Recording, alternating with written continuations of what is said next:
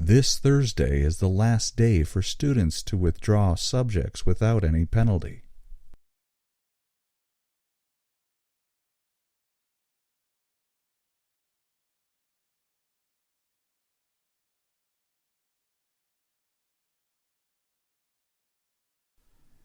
You may not be allowed to read any books without the reading list.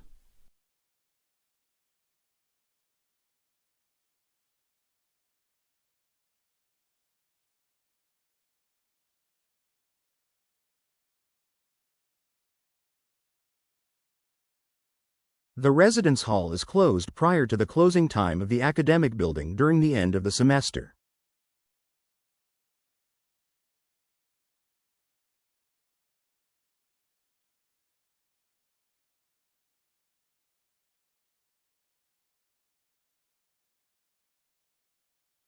She used to be everywhere, but today she is missing.